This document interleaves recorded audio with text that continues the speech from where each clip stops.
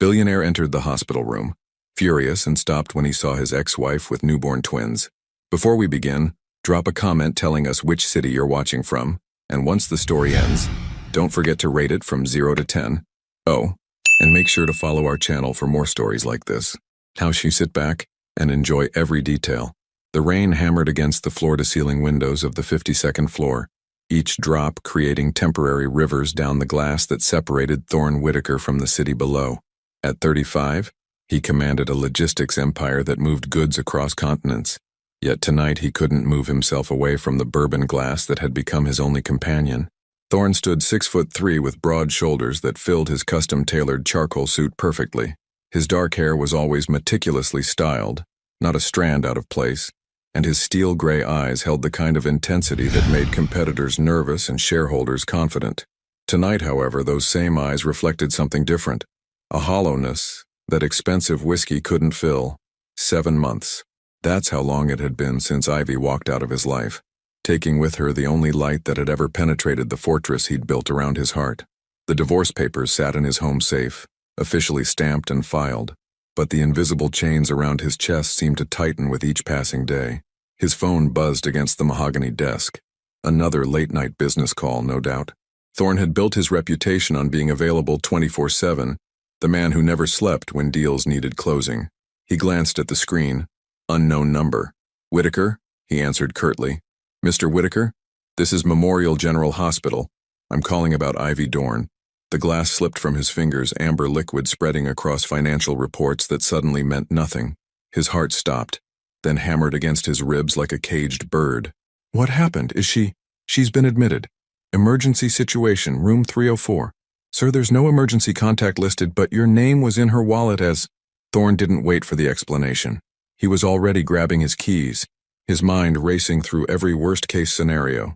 Car accident, illness, something he should have prevented if he'd been there, if he'd been the man she deserved instead of the emotionally unavailable statue his father had carved him into.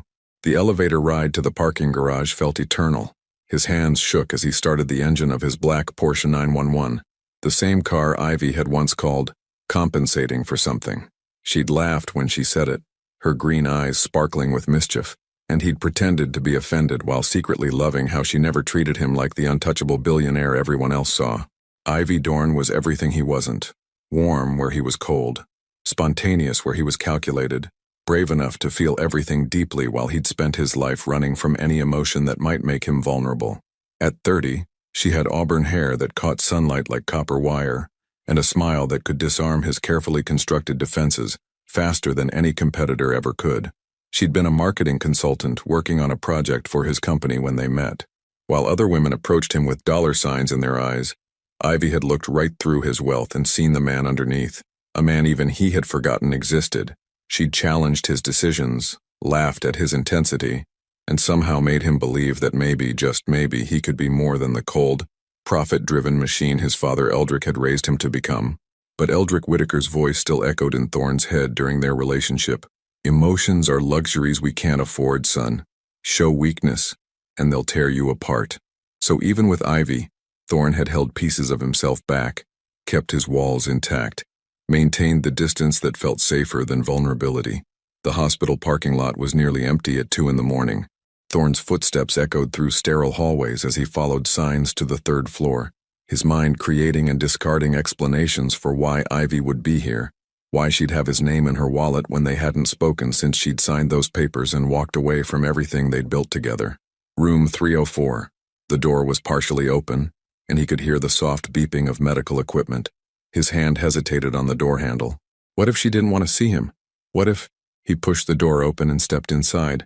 Ivy was sitting up in the hospital bed, and she was alive. Relief flooded through him so powerfully that he had to steady himself against the doorframe. But as his eyes adjusted to the dim lighting, he saw something that made the world tilt off its axis. She wasn't alone. In her arms, she held not one, but 2 tiny bundles wrapped in hospital blankets. 2 newborns, their small faces peaceful in sleep, their features delicate and perfect. Thorne's breath caught in his throat. The babies had his nose, his chin, the same dark hair that crowned his own head. There was no mistaking it. These were his children. "Ivy," he whispered, her name falling from his lips like a prayer. She looked up at him, and in her green eyes he saw exhaustion, pain, and something else, a strength that hadn't been there before, forged in the fire of whatever she'd endured alone. "Hello, Thorn," she said quietly, her voice steady despite everything. "Meet your children." The room spun around him. Children, plural. Two perfect little humans who shared his DNA, who had been growing inside the woman he loved while he'd been drowning in bourbon and regret. I didn't know," he managed to say, his voice barely above a whisper. Something flickered across Ivy's face. Surprise, confusion, then a flash of anger that made her eyes blaze. "What do you mean you didn't know? I left you the pregnancy test results, Thorn. I left them on your desk with a letter explaining everything." Thorn stepped closer, his mind reeling. "What letter? I never received any letter." "Don't lie to me," Ivy said, her voice gaining strength. "Not now.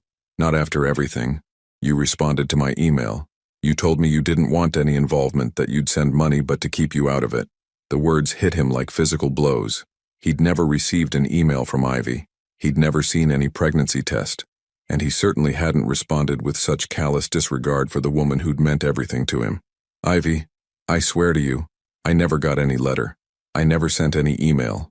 If I had known—" "If you had known what?" she interrupted, shifting one of the babies to her other arm with practiced ease. "You'd have married me out of obligation? Pretended to be happy about an unplanned pregnancy?" "No," Thorn said firmly, taking another step closer. "If I had known, I would have been here. For all of it. Every doctor's appointment, every midnight craving, every kick and movement. I would have been here when they were born." Ivy studied his face in the dim light, searching for deception, for the manipulation she'd learned to expect from him. But all she saw was raw honesty and a pain that matched her own. "Someone intercepted your letter," Thorn said slowly, pieces of a horrifying puzzle beginning to fall into place. "Someone responded as me." As the weight of betrayal settled over both of them, one of the babies stirred in Ivy's arms, letting out a soft cry that seemed to echo all the pain and loss of the past 7 months. Who had stolen their chance at happiness? And more importantly, was it too late to get it back? The silence in room 304 was broken only by the gentle breathing of the newborns and the steady beep of monitoring equipment. Thorn stood frozen, watching Ivy cradle their children he'd never known existed until 5 minutes ago.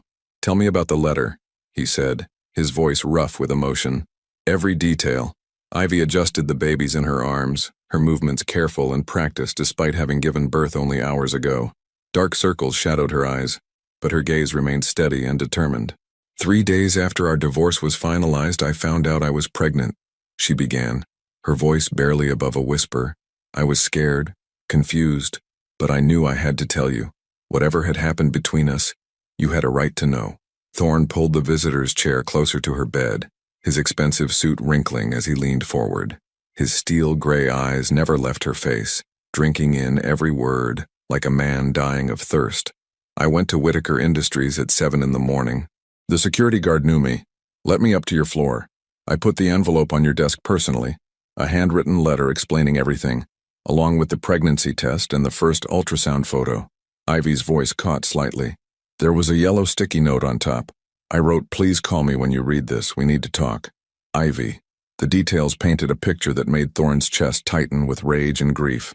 Someone had deliberately stolen this moment from them, had orchestrated their separation with surgical precision. "2 days later, I got an email from your business account," Ivy continued, her green eyes hardening. "It was cold, dismissive. It said you wanted nothing to do with the pregnancy, that you'd arrange for financial support but didn't want personal involvement. It said our marriage had been a mistake and this just proved we were better off apart." Each word was a knife twisting in Thorn's gut.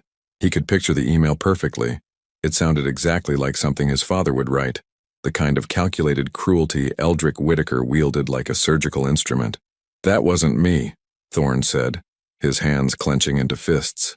"Ivy, I swear on my life that wasn't me." "I know," she said softly, and the admission hung between them like a bridge neither was sure they could cross.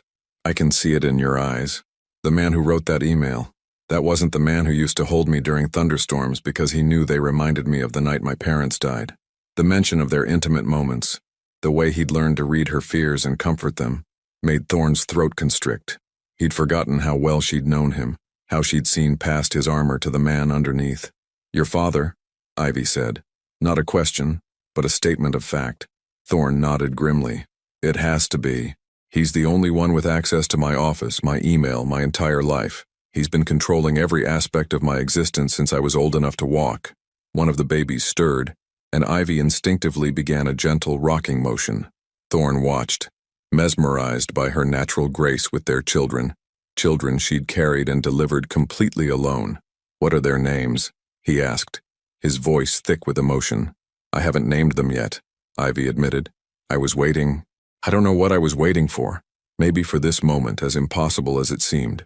Thorne studied the tiny faces of his son and daughter, for he could somehow sense which was which, even wrapped in identical blankets. The boy had his strong jawline, while the girl had inherited Ivy's delicate features but his dark coloring. "How was the pregnancy?" he asked. "Were you alone the entire time?" Ivy's composure cracked slightly. "Completely alone. I moved back to my apartment downtown, kept working as much as I could. The morning sickness was brutal for the first 4 months. I lost 12 pounds before I started gaining." The image of Ivy suffering alone, working to support herself while carrying his children, made Thorne want to put his fist through the hospital wall. Instead, he reached out slowly, carefully, until his fingers barely brushed the blanket covering his daughter. "I would have been there," he said fiercely. "For every doctor's appointment, every sleepless night, every moment of pain or fear. You should never have gone through this alone." "I know that now," Ivy said, her voice breaking slightly. "But for 7 months I believed you'd abandoned us. I believed the man I loved had looked at the news of his children and felt nothing but inconvenience." The babies began to fuss, soft, mewling sounds that seemed to pierce straight through to Thorne's soul. Ivy shifted them expertly, but he could see exhaustion pulling at her features. "When did you deliver?" he asked. 6 hours ago. Emergency C-section. They came 5 weeks early. The doctors say they're healthy, but they'll need to stay in the NICU for observation." 6 hours. He'd been sitting in his office drowning in whiskey while she'd been bringing their children into the world, scared and alone. The guilt was overwhelming. "The nurse who called me," Thorne said slowly. "How did they get my number?" "I listed you as the emergency contact when I was admitted. Even after everything, even believing you didn't want us." Ivy looked down at the babies. "I couldn't bring myself to remove your name completely. Maybe some part of me hoped." She didn't finish the sentence, but Thorne understood. Hope was a dangerous thing when you'd been hurt as deeply as they'd hurt each other. Or rather, as his father had hurt them both. A soft knock interrupted the moment. A nurse peered around the door, her expression kind but professional. "Mrs. Dorn, it's time to move the babies to the NICU for their overnight monitoring. Don't worry, it's just precautionary." As the nurse gently took the twins, Thorne felt a desperate urge to follow, to stand guard over these tiny humans who'd already survived so much. But he stayed, sensing that Ivy needed him here more. When they were alone, the weight of everything unsaid pressed down on them like a physical force. "I need to confront him," Thorne said, his voice deadly quiet. "My father, he stole 7 months from us, Ivy. 7 months of your pregnancy, the chance to prepare together, the opportunity to be there when they were born." "And then what?" Ivy asked, exhaustion making her words slur slightly. "You expose him, he admits it, and we all live happily ever after." "It's not that simple, Thorne. The damage is done. I've spent 7 months learning to be strong without you. I've built a life that doesn't include you." The words hit their mark, but Thorne heard something underneath them. A challenge, maybe even a plea. She was testing him, seeing if he'd fight for them or walk away when things got complicated. "Then I'll spend however long it takes earning my way back," he said simply. "I'll prove that the man you fell in love with is still here. Underneath all the ice my father froze around my heart." Ivy studied his face in the dim hospital lighting, searching for the boy who'd once confessed that he'd never felt truly loved until he met her. The man who'd held her hand during her father's funeral and never said a word, just been present. "Your father won't let you go easily," she warned. "You know that, right? Confronting him means war." Thorne stood, his full height and presence filling the small room. For the first time in months, he felt clarity instead of the crushing weight of emptiness. "Good," he said, his steel-gray eyes blazing with purpose. "It's about time I stopped being his son and started being their father." As he leaned down to kiss Ivy's forehead, a gesture so gentle and familiar it made her breath catch, neither of them noticed the figure in expensive shoes walking quickly past the doorway. having heard enough to know that 7 months of careful manipulation was about to unravel. Dawn was breaking over Manhattan as Thorne's Porsche pulled into the executive parking garage beneath Whitaker Industries. He hadn't slept, hadn't even considered going home after leaving the hospital. The rage burning in his chest demanded immediate action, and he knew exactly where to find the man who'd stolen 7 months of his life. Eldrick Whitaker always arrived at the office before sunrise, a habit he'd drilled into Thorne since childhood. Success doesn't sleep, he'd say, usually while criticizing Thorne for some perceived weakness. Today, that predictability would be his downfall. The elevator ride to the 63rd floor felt like ascending to a battlefield. Thorne studied his reflection in the polished steel doors. His usually immaculate appearance was disheveled, his tie loose, his expensive shirt wrinkled from hours at Ivy's bedside. He looked like a man who'd been through hell, which was exactly what he was. The executive floor was empty except for the soft hum of computers and the distant sound of traffic far below. Thorne's footsteps echoed on marble as he walked past his own corner office toward the imposing double doors at the end of the hall. The nameplate read, Eldrick Whitaker, Chairman and CEO, in gold letters that had intimidated Thorne since he was old enough to read. Not today. He didn't knock. The doors burst open with enough force to rattle the crystal awards lining Eldrick's walls. Eldrick Whitaker sat behind his massive mahogany desk, a silver-haired lion of 62 who'd built an empire through ruthless calculation and emotional detachment. He was impeccably dressed even at this early hour, his navy suit pressed to perfection, his steel blue eyes, so similar to Thorne's, betraying no surprise at his son's dramatic entrance. "You look terrible," Eldrick said calmly, not looking up from the financial reports spread before him. "I trust whatever kept you out all night was worth jeopardizing the Carmichael meeting this afternoon." "Where is it?" Thorne's voice was deadly quiet. "Where is what?" Eldrick's tone remained infuriatingly casual as he made notes in the margins of a contract. "The letter, the pregnancy test, the ultrasound photo that Ivy left on my desk 7 months ago." Eldrick's pen stopped moving.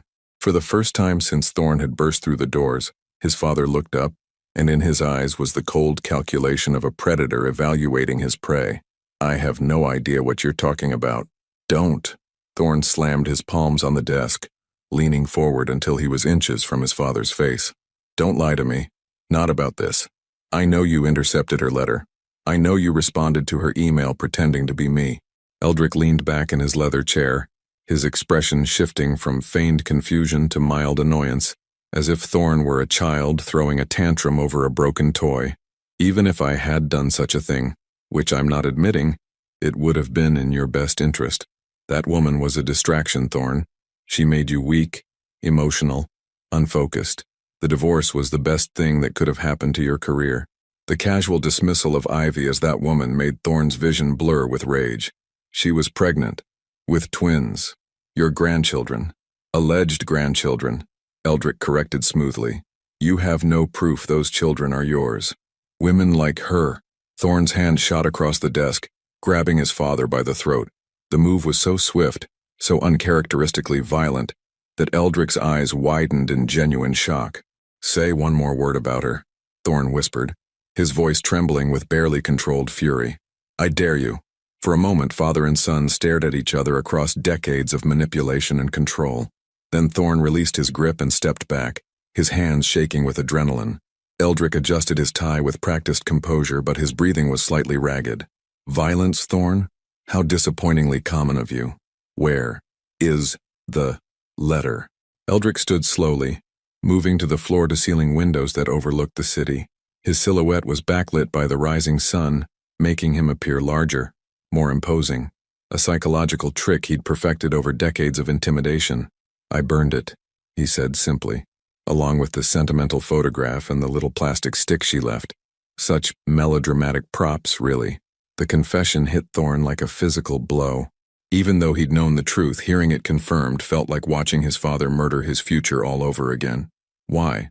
The word came out broken, desperate. "Because I've spent 35 years molding you into the perfect successor, and I wasn't about to let some middle-class nobody with daddy issues derail everything we've built." Eldrick turned from the window, his face a mask of cold determination. "The Carmichael merger alone will net us $3 billion. Their daughter Celeste is beautiful, educated from the right family. She understands the importance of strategic partnerships. You mean you arranged a marriage? Thorne said, pieces of a larger puzzle falling into place. This was never about protecting me from Ivy. This was about controlling who I married, who I had children with, who inherits this empire. Of course it was. Eldrick's admission was delivered without shame or regret. Do you think I built Whitaker Industries so you could throw it away on romantic fairy tales? Marriage is a business transaction, son. Love is a luxury we can't afford. The words echoed conversations they'd had throughout Thorne's childhood, but now they sounded hollow, poisonous. How many decisions had his father made for him over the years? How many opportunities for genuine connection had been eliminated before Thorne even knew they existed? I have grandchildren, Thorne said quietly. 2 babies who were born last night while I sat in this building, completely unaware they existed. You have obligations, Eldrick countered. To this company, to our shareholders, to the legacy I've built. Those children, if they're even yours, will be provided for. Set up trust funds, pay for their education, whatever keeps them quiet, but they can't be allowed to interfere with your real responsibilities. The casual way his father discussed his newborn children like business expenses broke something fundamental inside Thorne. All his life, he'd sought Eldrick's approval, tried to live up to impossible standards, allowed himself to be shaped into a man who prioritized profit over people. I'm done, Thorne said, his voice steady for the first time since entering the office. Done with what? With you? With this company? With being your trained puppet? Thorne straightened to his full height, and for the first time in his life he felt taller than his father. I'm selling my shares. Eldrick's composure finally cracked. You can't be serious. This company is your birthright, your identity. Without it, you're nothing. Without it, I'm free to become the father my children deserve and the man Ivy fell in love with before you spent years convincing me that emotions were weaknesses. She won't take you back, Eldrick said, desperation creeping into his voice. Too much damage has been done. She'll never trust you again. Maybe not, Thorne admitted, but I'm going to spend the rest of my life trying to earn that trust back. And if I fail, at least I'll fail as myself, not as the man you tried to make me. He turned toward the door, but Eldrick's voice stopped him. If you walk out that door, if you sell those shares, I'll destroy her. The woman, the children, everything she's built. I'll make sure she never works in this city again. Thorne spun around, and the look in his eyes made Eldrick take an involuntary step backward. If you come anywhere near my family, Thorne said, his voice carrying a lethal edge Eldrick had never heard before, I'll do more than grab your throat.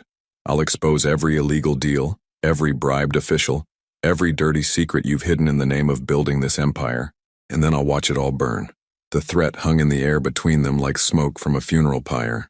35 years of father-son dynamics had just shifted irrevocably, and both men knew there would be no going back. Thorne walked toward the door, each step feeling like shedding chains he'd worn so long he'd forgotten they were there. You'll regret this, Eldrick called after him, when you're living in some mediocre suburb struggling to support a ready-made family. When the excitement wears off and reality sets in, you'll come crawling back. Thorne paused at the threshold, his hand on the door handle. The only thing I regret, he said without turning around, is that it took me 35 years to realize that the most successful thing I could ever do is be nothing like you. As the doors closed behind him, Thorne felt something he hadn't experienced since childhood, the terrifying, exhilarating freedom of choosing his own path. Now he just had to prove to Ivy, and to himself, that he was brave enough to walk it. The NICU at Memorial General was a stark contrast to the corporate battleground Thorne had just left. Soft lighting, hushed voices, and the gentle rhythm of machines monitoring tiny lives created an atmosphere of fragile hope. Through the observation window, he could see his children in their incubators, 2 perfect beings who had no idea their father had just burned down his entire world for them. Ivy stood beside the isolettes, her auburn hair catching the morning light filtering through the windows. She'd changed from her hospital gown into her own clothes, dark jeans and a soft cream sweater that made her look younger, more vulnerable.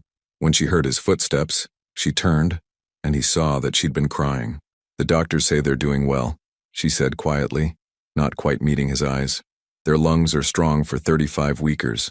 They should be able to go home in about 2 weeks. Home. The word hung between them, loaded with questions neither was ready to ask. Who's home? Together or separately? How did you rebuild a family when the foundation had been destroyed by lies? I confronted him, Thorne said, moving to stand beside her. Through the glass, he watched his daughter's tiny chest rise and fall with mechanical precision. My father. He admitted everything. Ivy's reflection in the window went very still. And? He burned your letter. The pregnancy test. The ultrasound photo. Everything. He said it was in my best interest that you were a distraction from my real responsibilities. Thorne's voice carried the bitter taste of betrayal. He's been planning to marry me off to some business partner's daughter. The whole thing was orchestrated. Celeste Carmichael, Ivy said softly. Thorne looked at her sharply. How do you— It was in the society pages 3 months ago. Whitaker Air spotted with shipping heiress at charity gala. There was a photo of you two dancing. Ivy's voice was steady, but he could see the pain in her profile. She's beautiful, blonde, elegant, born into your world. Everything I'm not. The image came back to him. A required appearance at one of his father's networking events, dancing with a woman whose conversation never strayed from stock portfolios and family pedigrees. He'd felt nothing, thought nothing beyond getting through the evening so he could go home and drink until Ivy's absence stopped feeling like a physical ache. I felt nothing for her, he said. Less than nothing. I spent the entire evening wishing I was anywhere else. But you went. You played the part. Ivy finally looked at him, and her green eyes held a sadness that cut deeper than anger. How many other parts have you played, Thorne? How many other decisions has your father made for you? The question forced him to examine 35 years of choices that hadn't really been choices at all. His college major, his career path, the charities he supported, even the restaurants he frequented. How much of his life had been his own? I don't know, he admitted. Maybe none of them. Maybe that's why I was so afraid to let you all the way in. I wasn't sure there was actually a me underneath all his programming. A nurse approached them with the practiced quiet of someone accustomed to emotional conversations in sacred spaces. Mrs. Dorn, the babies are ready for their feeding. Would you like to try nursing again? Ivy nodded, and Thorne watched as she was led to a rocking chair positioned between the two incubators. The process was awkward, clearly painful, but she persevered with the determined grace that had first attracted him to her. Here was a woman who didn't give up, who fought for what mattered. You can touch them, the nurse said to Thorne, noticing his hesitation. Skin contact is important for premature babies. It helps regulate their temperature and heart rate. With trembling hands, Thorne reached through the porthole of his son's incubator. The baby's skin was impossibly soft, warm, alive. When Thorne's finger brushed his tiny palm, the infant's fingers curled around it with surprising strength. The grip of his son's hand triggered something primal in Thorne's chest, a fierce protectiveness he'd never experienced, a love so immediate and overwhelming it made his knees weak. This was his child, his blood, his responsibility, not his father's legacy or his company's future. His. What do you want to name them? He asked Ivy, his voice thick with emotion. She looked down at the baby girl latched to her breast, then over at the son who was holding Thorne's finger like a lifeline. I thought, maybe you should have a say in that, she said carefully. If you want to.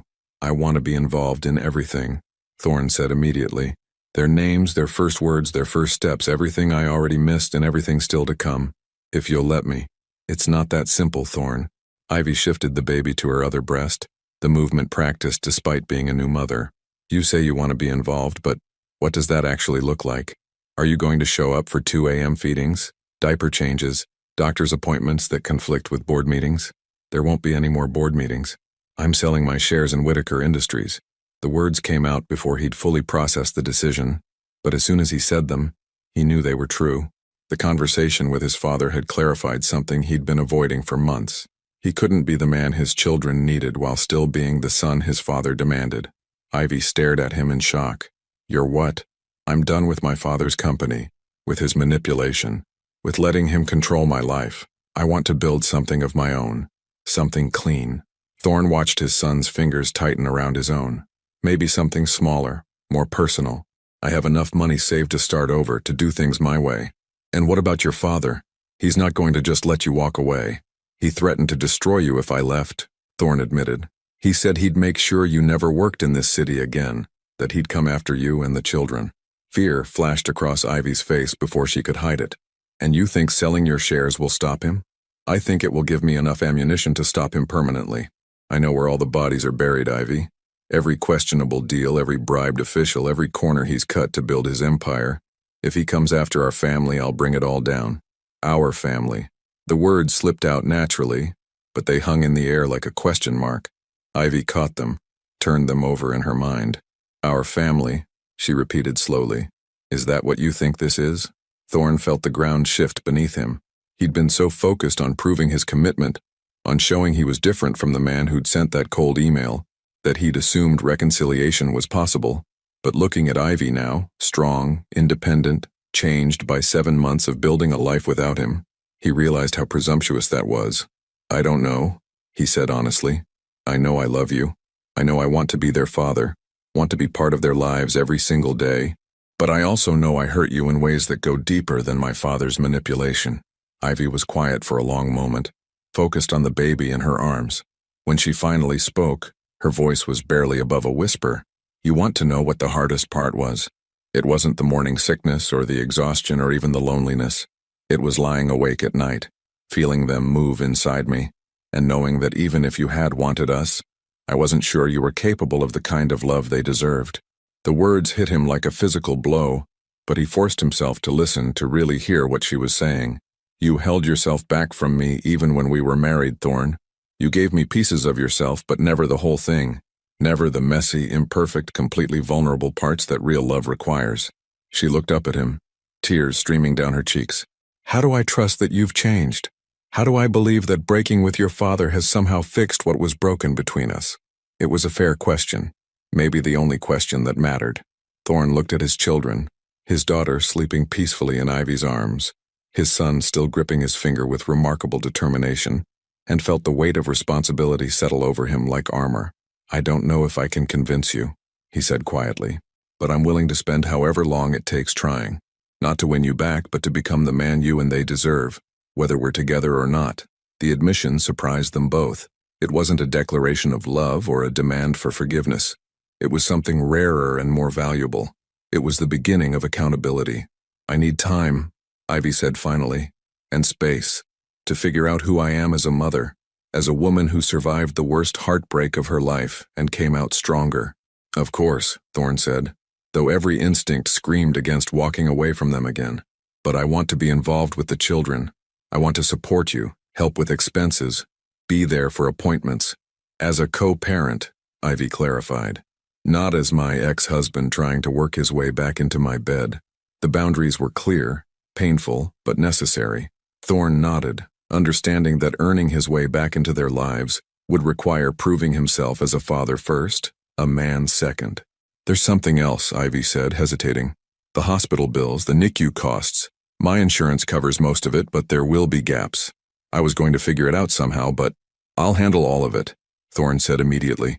Hospital bills, ongoing care, whatever they need. It's the least I can do. I don't want your money out of guilt. It's not guilt. It's responsibility.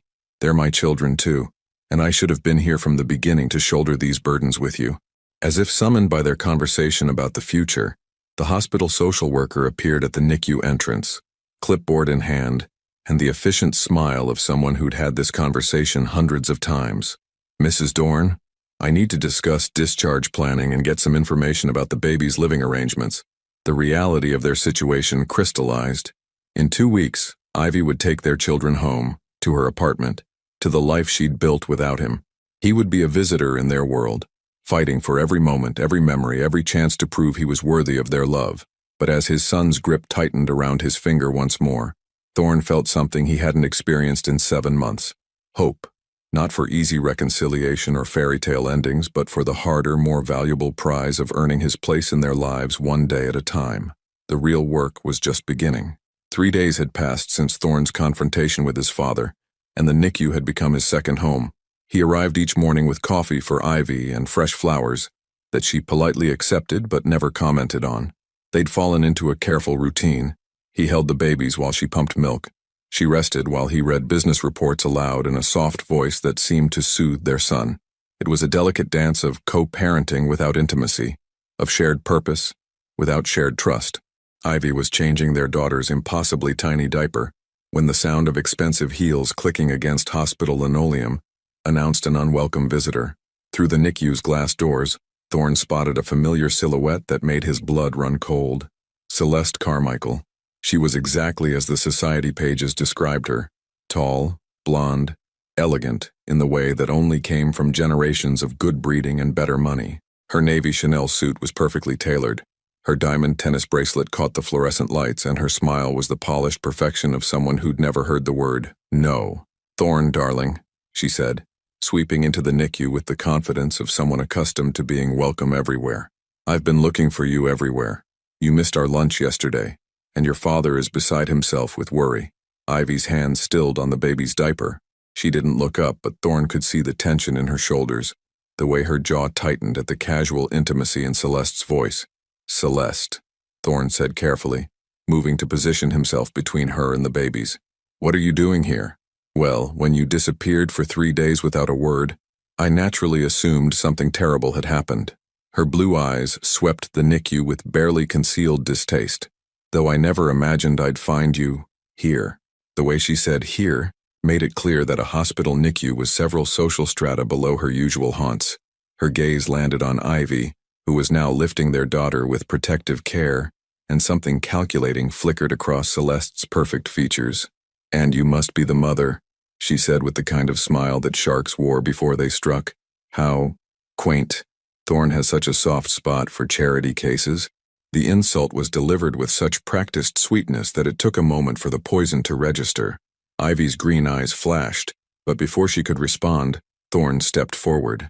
"That's enough," he said, his voice carrying a warning edge. "You need to leave. Now." "Oh, don't be dramatic," Celeste laughed, the sound like crystal breaking. "I'm not here to cause trouble. I'm here because your father is concerned about some very poor decisions you've apparently been making." She reached into her designer handbag and withdrew a thick manila envelope, which she held out to Thorn with manicured fingers. "He asked me to give you this.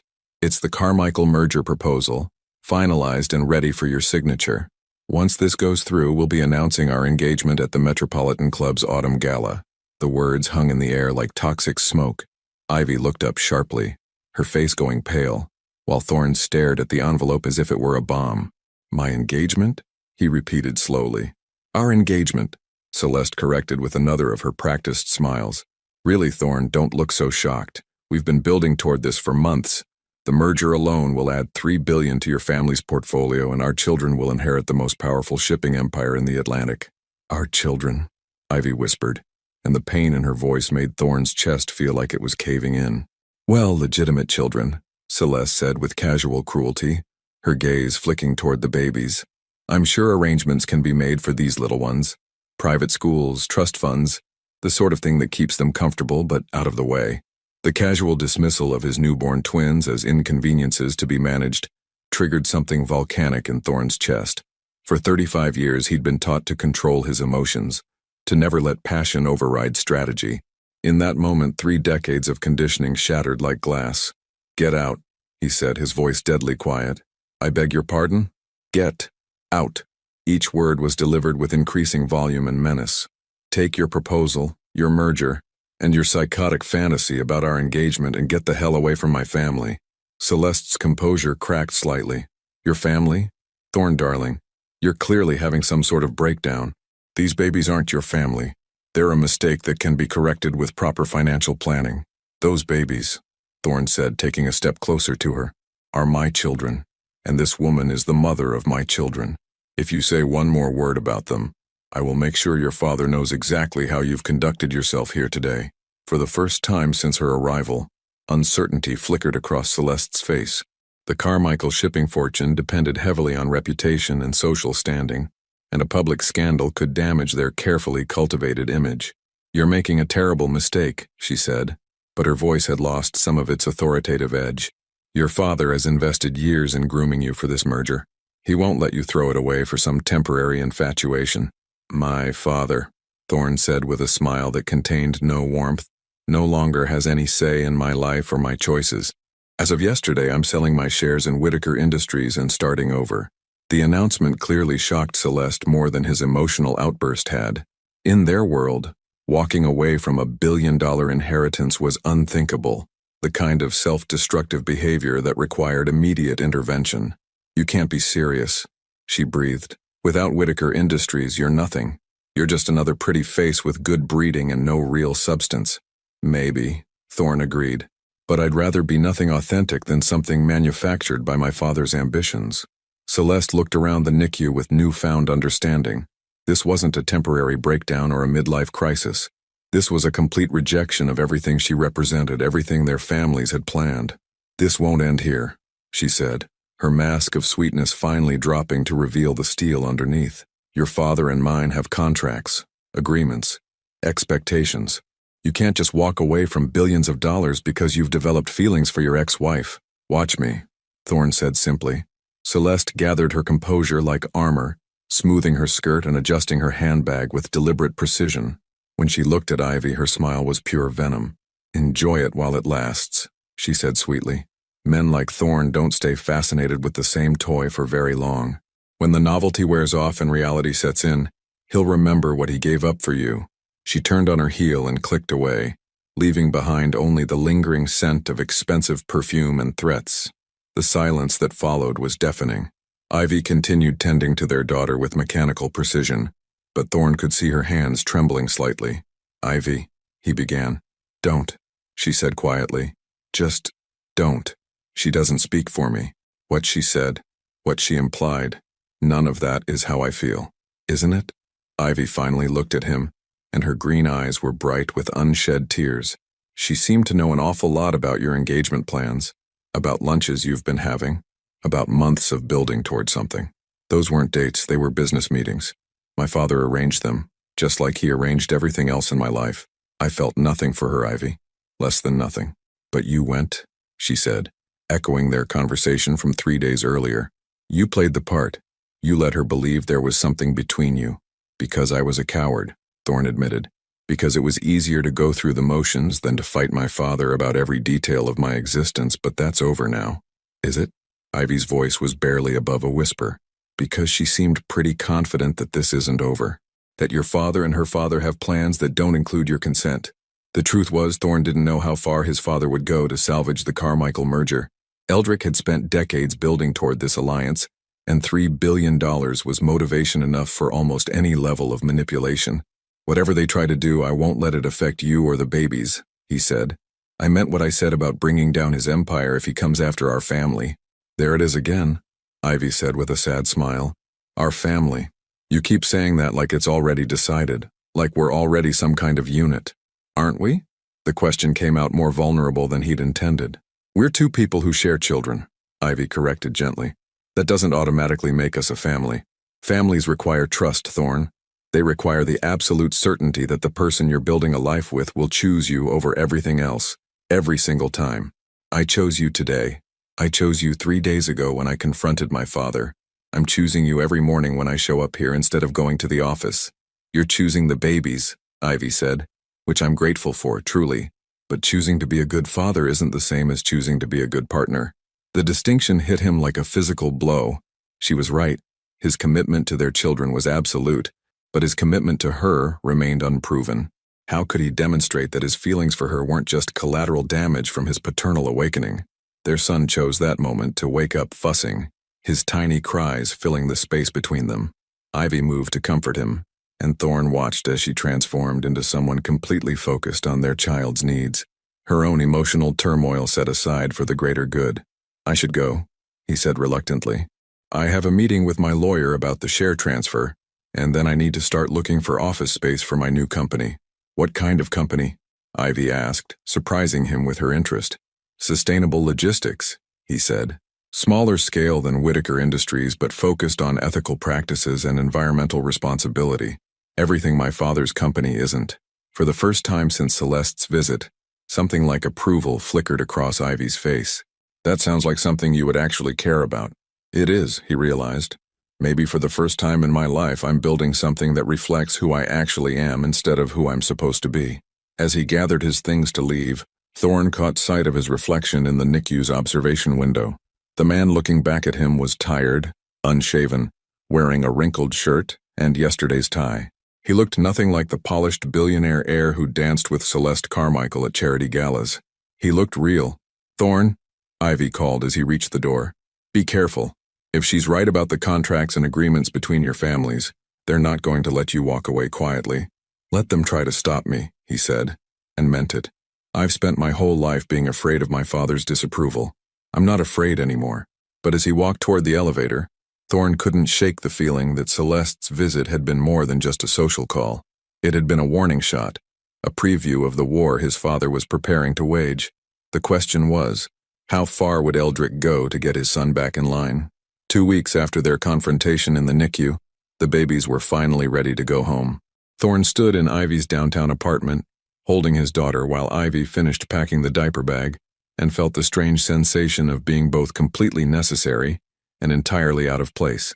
The apartment was a one-bedroom space on the 4th floor of a converted brownstone, cozy, sunlit, and decorated with the kind of personal touches that made a house feel like a home. Framed photographs of Ivy's parents, books stacked on every available surface, plants thriving on windowsills. It was nothing like his sterile penthouse with its million-dollar views and interior designer perfection. The pediatrician said to watch for any changes in their breathing, Ivy said, going through her mental checklist for the 3rd time. And if their temperature goes above 100.4, we need to call immediately. We, Thorne noted, catching the pronoun.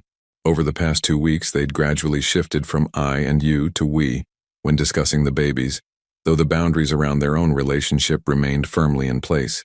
Co-parents say we, Ivy clarified, reading his thoughts with the accuracy that had always unnerved and delighted him.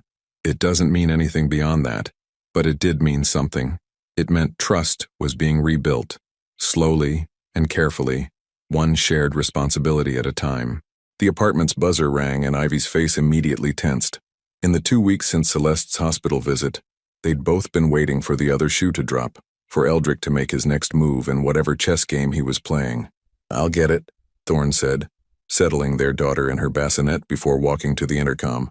"Delivery for Ivy Dorn," came the crackly voice through the speaker. Thorne exchanged glances with Ivy. They weren't expecting anything, and after Celeste's threats, unexpected deliveries felt ominous. "I'll go down," he said. The delivery man was waiting in the lobby with an enormous bouquet of white roses, at least 5 dozen, arranged with the kind of extravagant precision that cost more than most people's monthly rent.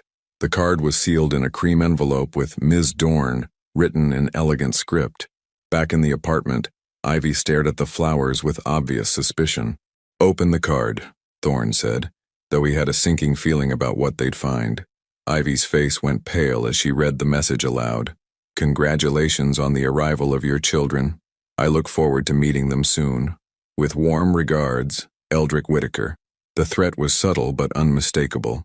Eldrick knew where Ivy lived, knew about the baby's birth, and was making it clear that he could reach them whenever he chose. "He's testing us," Thorne said, his jaw clenching, "seeing how we'll react." "Testing us for what? To see if I'll run back to him to protect you, or if I'll stand my ground and risk him following through on his threats." Ivy sank into her reading chair, suddenly looking exhausted. The past 2 weeks had been a whirlwind of sleepless nights, feeding schedules, and the constant low-level anxiety of new parenthood. Adding the psychological warfare of Thorne's family into the mix was almost too much to bear. "What does he want?" she asked. "Control. He wants me back under his thumb, married to Celeste, running his company the way he's always planned." Thorne moved to the window, looking down at the street where a black sedan that hadn't been there earlier was now parked. "He thinks if he applies enough pressure, I'll cave." "And will you?" The question was asked quietly, but Thorne heard the real fear underneath it.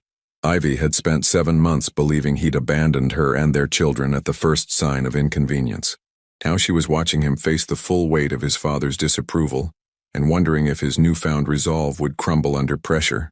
"No," he said firmly, "but I need to handle this before it escalates. He's already shown he's willing to involve you and the babies, and I won't let that continue." "What are you going to do?" Before Thorne could answer, his son began crying, the particular wail that meant he was hungry and would not be ignored. Ivy moved to pick him up, and Thorne watched as she settled into the nursing routine they'd practiced in the hospital. "I'm going to give him what he wants," Thorne said. "A meeting, but on my terms, in a neutral location, with witnesses." "That sounds dangerous." "Everything about this situation is dangerous, but hiding won't make him go away, and I won't spend our children's lives looking over our shoulders." Ivy studied his face while their son nursed. "You're different," she said finally. "From the man I married, from the man I divorced. You make decisions now instead of just reacting to situations." Having something worth fighting for changes your perspective, he said simply. The words created a moment of charged silence. Ivy looked away first, focusing intently on the baby in her arms. I should go, Thorne said reluctantly. Set up this meeting. Get my lawyer involved. Start the process of legally protecting you and the children from any future interference. Wait, Ivy said as he gathered his jacket. There's something I need to tell you about the apartment. Thorne paused, sensing this was important. I can't afford to stay here long term, she admitted. Not with 2 babies. Not without going back to work full-time, which I can't do for at least another month. I've been looking at places in Queens, maybe Brooklyn, somewhere cheaper. The idea of Ivy and his children living in some cramped apartment in an outer borough, while he had more money than he could spend in several lifetimes, felt fundamentally wrong. Let me help, he said immediately. I don't want your charity. It's not charity. It's child support. It's me taking care of my responsibilities as their father. Child support, yes, but not a blank check to solve all my problems. I need to be able to take care of myself and them. It was a distinction that mattered to her independence, and Thorne was learning to navigate these conversations carefully. Ivy had spent 7 months proving to herself that she could survive alone. She wasn't going to give up that hard-won autonomy easily. What if we found a compromise, he suggested. A place that's safe and comfortable for the babies, but where you're still paying rent, still maintaining your independence. Such as, there's a building in the village. Family-owned, good security, reasonable rents. I know the owner. She's an older woman who specifically rents to young families. It's not charity, it's just a connection. Ivy considered this carefully. I'd want to see it myself, make my own decision, of course, and pay my own deposit, sign my own lease. Absolutely. And you wouldn't have a key unless I gave you one. I wouldn't want one unless you offered. The negotiation felt like progress, like they were learning to work together as co-parents without trampling on each other's autonomy. Thorne's phone buzzed with a text message. He glanced at it, and his expression darkened. What? Ivy asked. My lawyer. Apparently my father has filed an injunction to prevent me from selling my shares in Whitaker Industries. He's claiming I'm mentally unstable and acting against my own interests. The audacity was breathtaking, even for Eldrick, but it also revealed the depth of his desperation. He was pulling out legal weapons that could damage both their reputations permanently. Can he do that? He can try, but it won't work. I've been documented as mentally competent by multiple physicians, and I have plenty of witnesses to my rational decision-making process. Thorne's smile was grim. What he's really doing is declaring war publicly. No more subtle threats or behind-the-scenes manipulation. This is open conflict. I'm scared, Ivy admitted quietly. Good, Thorne said, surprising her. Being scared means you understand how serious this is, but being scared doesn't mean being helpless. We're going to fight this, and we're going to win. We're going to fight this? Unless you'd prefer to handle it alone, he asked gently. Ivy looked down at their son, then over at their daughter sleeping peacefully in her bassinet. 2 tiny humans who depended on the adults in their lives to protect them from threats they couldn't even understand. No, she said finally. We'll handle it together. As co-parents, she added quickly, but without the edge that qualification usually carried. As co-parents, Thorne agreed, as he leaned down to kiss their daughter goodbye. A ritual that had developed naturally over the past 2 weeks. Ivy found herself studying his profile. The sharp cheekbones, the strong jaw, the way his eyes softened completely when he looked at their children. She'd fallen in love with this face once, before life and manipulation and misunderstanding had driven them apart. The question that kept her awake at night was whether the man behind that face had really changed, or if she was just seeing what she wanted to see. Thorne, she called as he reached the door. Yeah? Be careful. Whatever you're planning with your father, he's had 35 years to perfect his methods of control. Don't underestimate him. I won't, he promised, but I won't let him intimidate me anymore either. Not when I have something this important to protect. After he left, Ivy sat in the quiet apartment with their sleeping children and wondered if she was making the right choice by trusting him with their safety. The flowers from Eldrick seemed to watch her from the kitchen counter like white eyes, a reminder that choosing Thorne meant choosing his battles too. But as she looked at their son's face, so like his father's, she realized the choice had been made 7 months ago when she decided to carry these babies to term, despite believing their father had abandoned them. She was already all in. The only question now was whether Thorne would prove worthy of that faith. The Four Seasons restaurant was neutral territory, public enough to prevent any dramatic scenes, prestigious enough to satisfy Eldrick's ego, and familiar enough that Thorne knew every exit and sightline. He arrived 15 minutes early, choosing a corner table that gave him a clear view of the entrance while keeping his back to the wall. His lawyer, Miranda Chen, sat across from him reviewing documents. She was a sharp woman in her 40s who specialized in corporate law and family protection orders, with the kind of reputation that made powerful men think twice before underestimating her. "The injunction is bullshit," she said without preamble, her voice low enough not to carry to neighboring tables. "Your father's claiming you're acting irrationally due to emotional distress, but we have medical records, psychological evaluations, and witness testimony proving your competency.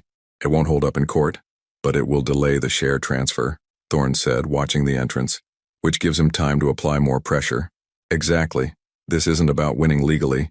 It's about creating chaos in your life until you capitulate." Miranda closed the file folder. "The question is, how far are you willing to let this escalate?" Before Thorne could answer, Eldrick Whitaker entered the restaurant like a monarch arriving at court. He was impeccably dressed in a charcoal suit that probably cost more than most people's cars, his silver hair perfectly styled, his expression the studied calm of a man who'd never doubted his own supremacy. But Thorne noticed something new in his father's bearing, a subtle tension in his shoulders, a tightness around his eyes that suggested the past 3 weeks hadn't been as easy for him as he'd pretended. Eldrick approached their table alone, which surprised Thorne. He'd expected an entourage of lawyers and assistants, the usual armor of corporate warfare. "Son," Eldrick said, settling into the chair across from them with practiced grace. "Ms. Chen, thank you for arranging this meeting." "Mr. Whitaker," Miranda replied coolly, "I trust you received our response to your injunction filing. A masterfully written document," Eldrick acknowledged, "though ultimately irrelevant. This isn't about legal maneuvering, it's about family." "Family," Thorne repeated, the word tasting bitter. "Is that what you call intercepting private correspondence and responding to emails under false pretenses? I call it protecting my son from making decisions that would destroy everything we've built together." Eldrick's voice carried the patient tone of someone explaining basic concepts to a child. "You're angry. I understand that. You feel betrayed. But your emotional reaction doesn't change the facts." "Which facts are those?" "That you're throwing away a $3 billion merger over a woman who trapped you with pregnancy." Eldrick leaned forward slightly. "That you're selling shares worth hundreds of millions to fund some idealistic fantasy about ethical business practices. That you're letting sentiment override strategy in a way that will bankrupt you within 5 years." Each word was calculated to wound, to reduce Thorne's choices to the emotional impulses of an unstable man. It was the same psychological manipulation Eldrick had used throughout his childhood. Question the reasoning, attack the emotions, make capitulation seem like the only rational choice. "You're right about one thing," Thorne said calmly. "I am letting sentiment override strategy. I'm choosing love over profit, authenticity over manipulation, and my children's future over your legacy." "Your alleged children," Eldrick corrected. "You have no proof those babies are yours beyond the word of a woman who has every financial incentive to lie." The insult hung in the air like smoke from a fire.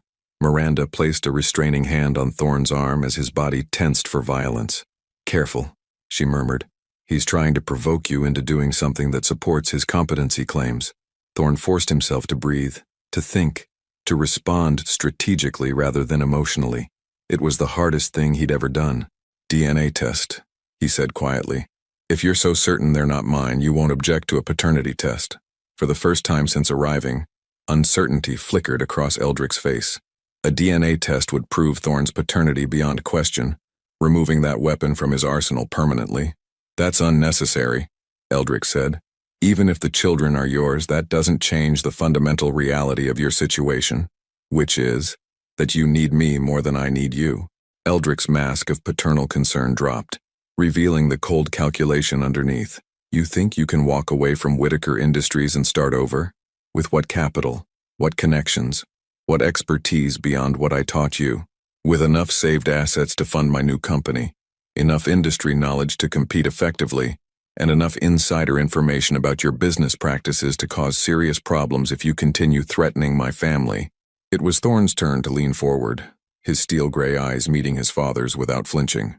"Let me be very clear about something, Dad. I know about the Indonesian shipping contracts that violate international labor laws. I know about the Cayman Islands accounts that haven't been reported to the IRS. I know about the senators you've bribed and the environmental regulations you've circumvented. Eldrick's face went pale beneath his expensive tan. You're bluffing. Miranda, would you mind sharing the documents we prepared? Miranda reached into her briefcase and withdrew a thick folder, placing it on the table between them. Copies of financial records, email correspondences, recorded phone calls, and sworn affidavits from former employees, she said matter-of-factly. Enough evidence to trigger federal investigations into tax evasion, bribery, and environmental crimes. And you'd destroy your own family's reputation. Eldrick's voice was barely controlled. I'd destroy a criminal enterprise masquerading as a legitimate business, Thorne corrected. The Whitaker name will survive. The illegal activities that built our fortune won't. The power dynamic at the table had shifted completely. Eldrick, accustomed to controlling every conversation through intimidation and manipulation, was suddenly the one being threatened. What do you want? He asked finally. I want you to withdraw the injunction against my share transfer. I want you to cease all contact with Ivy and my children. And I want a written agreement that neither you nor anyone acting on your behalf will interfere in our lives again. And if I refuse? Then tomorrow morning copies of everything in that folder go to the FBI, the IRS, the SEC, and every major news outlet in the country. Thorne's voice was steady, final. Your choice. Eldrick stared at his son as if seeing him for the first time. The compliant, controllable young man he'd raised had been replaced by someone harder, more determined, completely willing to burn down everything they'd built together. You've changed, he said quietly. I've grown up, Thorne replied. Finally. For a long moment the restaurant seemed to fade around them. Father and son, locked in a battle that had been building for 35 years, each recognizing that this moment would define their relationship forever. There's something else, Eldrick said suddenly. Something you should know before you make this final. Which is, the Carmichael merger isn't just about money, it's about survival. Whitaker Industries is hemorrhaging cash, has been for 2 years. The shipping industry is changing, and we're being undercut by competitors with more efficient operations and better technology. Eldrick's voice carried genuine exhaustion for the first time. The merger with Carmichael isn't about expansion. It's about preventing bankruptcy. The revelation hit Thorne like a physical blow. Everything he'd believed about his father's motivations, about the urgency behind the arranged marriage, suddenly shifted. You're saying the company is failing? I'm saying the company is dying and the Carmichael alliance is the only thing that can save it. Without that merger, within 18 months, Whitaker Industries will cease to exist. Every employee, every pension fund, every family that depends on us, gone. It was masterful manipulation, appealing to Thorne's sense of responsibility for others while making his rebellion seem selfish and destructive. But there was something in his father's voice, a weariness, a vulnerability, that suggested this might actually be true. Show me the books, Thorne said. Real numbers, not the sanitized reports you show the board. Why? Because if what you're saying is true, then there might be another way to save the company. Something that doesn't involve destroying my family or marrying me off like a medieval alliance. Eldrick studied his son's face, searching for deception or weakness. Instead, he saw the same analytical intelligence he'd spent decades cultivating, now turned toward problem-solving rather than compliance. You'd be willing to help? Even after everything? I'd be willing to explore options, Thorne corrected, but with conditions. My relationship with Ivy and the children is off limits. My personal life is no longer subject to your approval, and any solution we develop has to be ethical and legal. Those conditions are acceptable, Eldrick said slowly. Miranda looked between father and son with professional skepticism. This could be another manipulation, she warned quietly. A way to draw you back into his sphere of influence. Maybe, Thorne acknowledged, but if it's true, if the company really is in trouble, then walking away might hurt innocent people. I need to at least understand the situation before I make a final decision. It was the kind of moral complexity that had no easy answers. Thorne's father had lied to him, manipulated him, stolen months of his children's lives, but he might also be telling the truth about thousands of jobs being at stake. 1 week, Thorne said finally. You have 1 week to show me everything. The real financial situation, the actual market pressures, all of it. If I can find a way to save the company without sacrificing my family, I will. If not, the deal with the document stands. Eldrick nodded slowly. 1 week. As they prepared to leave the restaurant, Thorne's phone buzzed with a text from Ivy. Babies are both fussy today. Could use help if you're free. The message was simple, practical, but it represented something profound. She was reaching out to him, asking for his help as a father. It was the kind of trust he'd been working to earn for weeks. I have to go, he told his father. My children need me. Of course they do, Eldrick said. And for the first time in Thorne's memory, there was no sarcasm in the words. That's what children do. They need their fathers. As Thorne left the restaurant, he felt the weight of impossible choices settling on his shoulders. Save the company and risk being drawn back into his father's world, or walk away and potentially destroy thousands of livelihoods. But as he thought about Ivy's text about 2 babies who depended on him for comfort and protection, he realized that some choices weren't actually difficult at all. His children came first. Everything else was negotiable. Thorne arrived at Ivy's apartment to find chaos. Both babies were crying simultaneously, the kind of desperate, inconsolable wailing that seemed to pierce straight through to his soul. Ivy sat in the middle of her living room floor, still in her pajamas at 3 in the afternoon, tears streaming down her face as she tried to comfort their son while their daughter screamed from her bouncer. I can't do this, Ivy said when she saw him, her voice breaking. I've tried everything, fed them, changed them, burped them, walked them. Nothing works. They've been crying for 4 hours straight, and I haven't slept more than 2 hours at a time in 3 days. Thorne immediately scooped up their daughter, instinctively falling into the swaying motion that sometimes soothed her. The crying didn't stop, but it shifted to a slightly less frantic pitch. When did this start? He asked, having to raise his voice over the noise. 2 days ago, right after you left for that meeting with your father. Ivy's hair was disheveled, her green eyes red-rimmed with exhaustion. The pediatrician says it's normal. Cluster feeding, growth spurts, overstimulation from the hospital stay. But knowing it's normal doesn't make it easier. The apartment looked like a war zone. Burp cloths and baby blankets were scattered across every surface. Dirty bottles crowded the kitchen sink, and the diaper changing station had exploded across the coffee table. It was the visual representation of a new mother completely overwhelmed. Have you eaten today? Thorne asked. I think so. Maybe, I can't remember. That decided it. Thorne shifted his daughter to one arm and reached for his phone with the other. What are you doing? Calling for reinforcements. He dialed a number from memory. Maria? It's Thorne Whitaker. I need you to come to an address in the village. Yes, today. 2 newborns and a mother who needs help. Thank you. Who's Maria? Ivy asked, though she seemed too exhausted to object to whatever help he was summoning. The best baby nurse in Manhattan. She helped raise half the Upper East Side, including me. If anyone can figure out what's wrong with them, it's Maria. Within an hour, Maria Santos arrived like a small, efficient tornado. At 65, she was barely 5 feet tall, but commanded absolute authority when it came to babies. She'd been Thorne's nanny from birth until he started school, and her arrival brought back memories of being safely cared for by someone who genuinely loved children. Mijo, she said to Thorne, using the same endearment she'd called him as a child. Let me see these beautiful babies.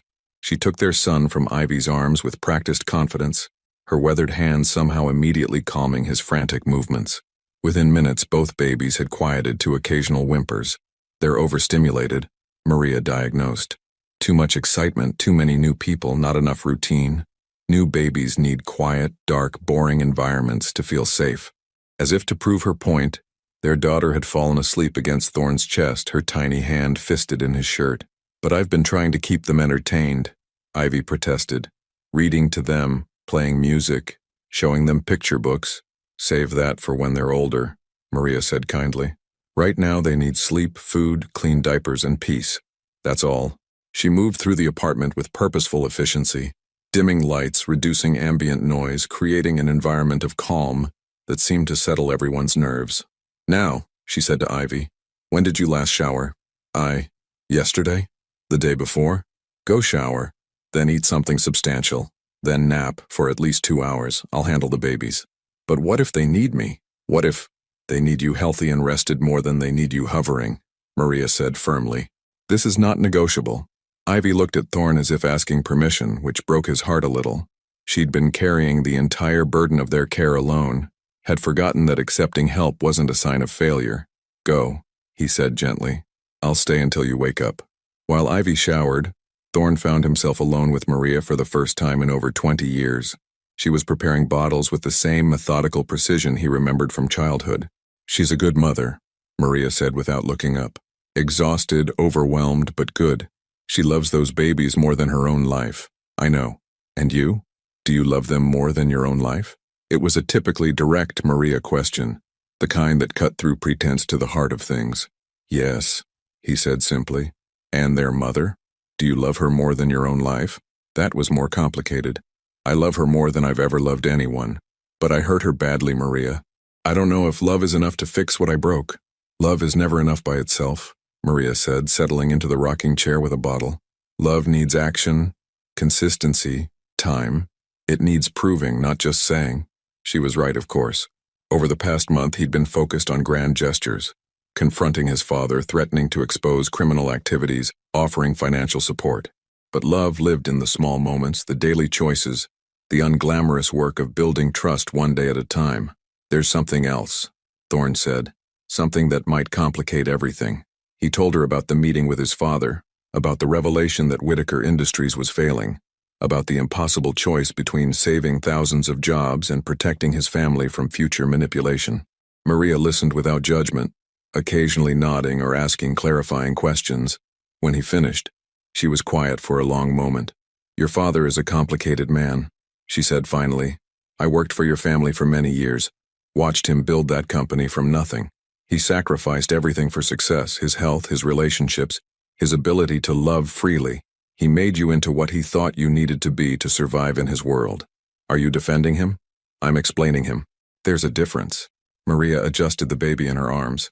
"But explanation isn't excuse. He stole months of your children's lives from you, caused their mother tremendous pain. That can't be forgiven just because the company is in trouble. But what about the employees, the families who depend on those jobs? What about the family that depends on you?" Maria gestured toward the bedroom where Ivy was sleeping. "You think you can save everyone, but some people don't want to be saved.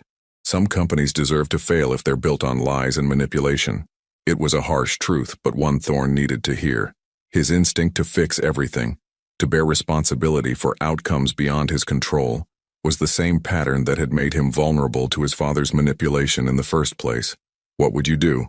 he asked. "I would ask myself one question. What serves these babies best? Not your father, not the company, not even your own guilt. What gives these children the best chance at a happy, healthy life with parents who love them?" Before Thorne could answer, they heard movement from the bedroom. Ivy emerged, looking more human. Clean hair, fresh clothes, the desperate edge of exhaustion slightly dulled. "How long was I asleep?" she asked. 3 hours, Maria said with satisfaction. "The baby slept the entire time." 3 hours? Ivy looked amazed. "They haven't slept for more than 45 minutes straight since we got home." "They were feeding off your anxiety," Maria explained. "Babies are like emotional sponges. They absorb whatever energy the adults around them are projecting. When you're calm, they're calm." It was a lesson that extended beyond infant care. The stress and uncertainty surrounding Thorne's family situation had been affecting everyone, creating a cycle of tension that kept everyone on edge. "I should go," Thorne said reluctantly. "Let you rest while they're settled." "Actually," Ivy said, surprising him, "could you stay for dinner? I was thinking of ordering pizza, and it would be nice to have adult conversation that doesn't revolve around feeding schedules." The invitation was casual, but Thorne heard the olive branch in it. After weeks of careful boundaries and formal co-parenting arrangements, she was asking him to simply be present, to share a meal like the family they were still figuring out how to become. "I'd like that," he said. Maria beamed at both of them. "I'll stay until the babies wake up, then you two can practice the new routine I'm going to teach you."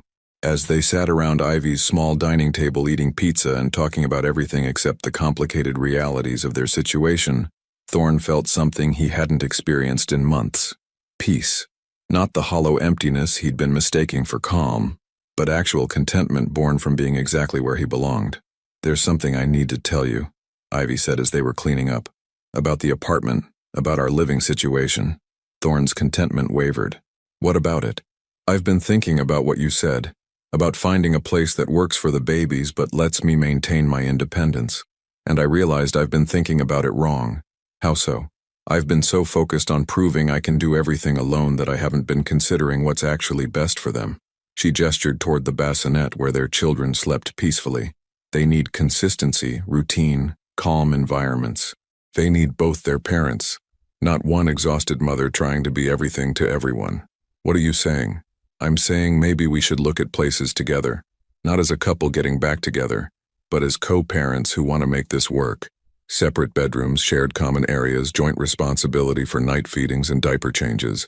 The suggestion was practical, logical, and terrifying.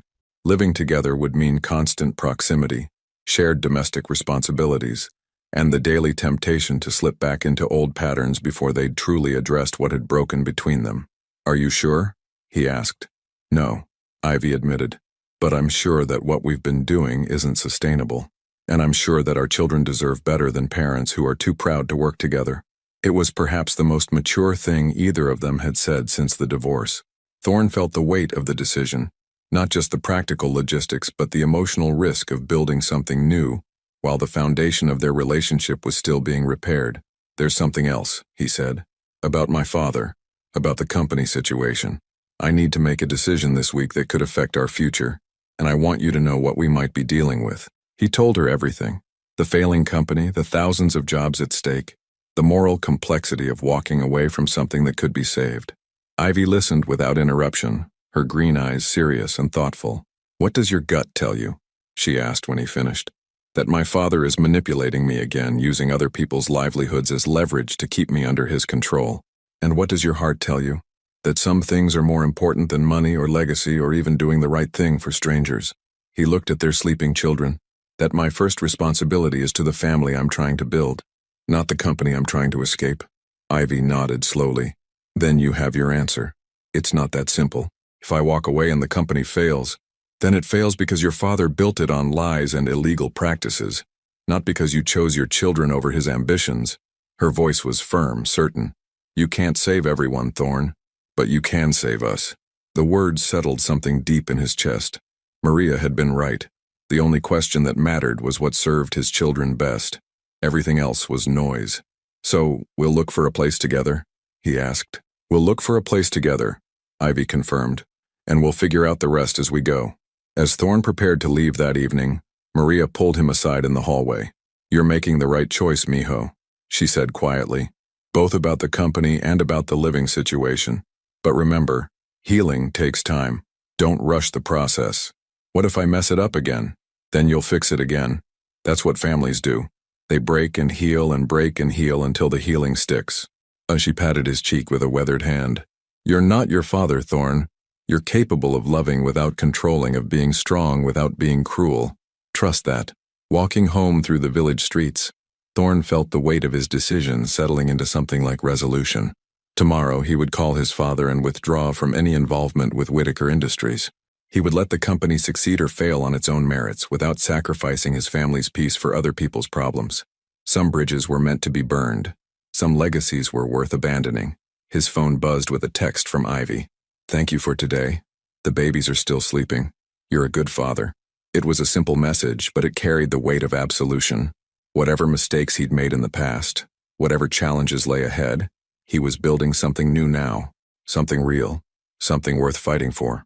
The brownstone they found in Brooklyn Heights was perfect, a 3-bedroom duplex with hardwood floors, tall windows, and enough space for 2 adults to maintain separate lives while raising children together. Ivy stood in the master bedroom while Thorne examined the smaller bedroom that would be his, both carefully maintaining the physical and emotional distance their arrangement required. The lease says no pets, no smoking, and no overnight guests without prior approval from both tenants, the landlord, Mrs. Patterson, explained as she handed over the keys. She was a woman in her 70s who'd raised 5 children in this same building and understood the complexities of modern family arrangements. Both tenants? Ivy asked. The lease is in both your names, Mrs. Patterson clarified. Equal responsibility, equal say in household decisions. That's the only way this kind of arrangement works long term. It had taken 3 weeks to find the right place. 3 weeks of careful negotiations about everything from bedroom assignments to kitchen responsibilities. They'd looked at over a dozen apartments, each viewing a test of their ability to make decisions together without falling back into the patterns of their marriage. Now standing in their new home with boxes scattered around them, and the babies napping in their travel cribs, the reality of what they'd committed to felt both thrilling, and terrifying. "I should warn you," Mrs. Patterson continued, "that young man in the expensive suit has been parked across the street for the past hour, watching the building. He looks like trouble." Thorne's blood ran cold. Through the window he could see a black sedan with tinted windows, the same type his father used for corporate surveillance. "Ivy, take the babies to the back bedroom," he said quietly. "What's happening?" "My father's making his final move." The doorbell rang before either of them could react further.